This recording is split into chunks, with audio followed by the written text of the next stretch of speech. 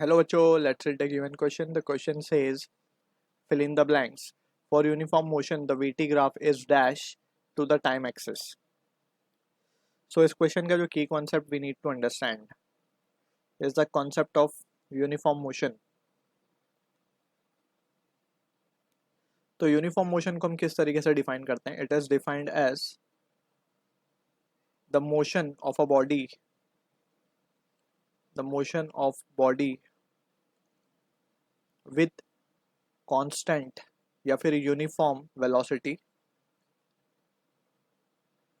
the motion of a body with constant velocity with respect to time, with respect to time is defined as uniform motion. तो अगर हम VT graph plot करें, ध्यान से देखते हैं.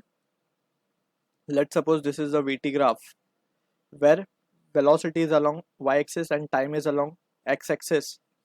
तो फॉर यूनिफॉर्म मोशन का अगर ग्राफ होगा तो वो इस तरीके से बनेगा. हम देख सकते हैं कि लेट्स से ये कोई वैल्यू होगी v, कुछ भी मान सकते हैं. लेट्स से ये 2 किलोमीटर पर आवर या फिर 2 मीटर पर सेकंड की वेलोसिटी है यहाँ पे. तो ये कांस्टेंट है. जैसे जैसे टाइम बढ़ रहा है, 1 second, 2 second, 3 second, 4 second, time जैसे जैसे बढ़ रहा है, वेलोसिटी 2 ही है हमेशा. It is not getting changed. तो इस तरीके के ग्राफ को हम बोलेंगे this is the graph representing uniform motion. ठीक है. अब यहाँ पे हमसे पूछा गया for uniform motion the VT graph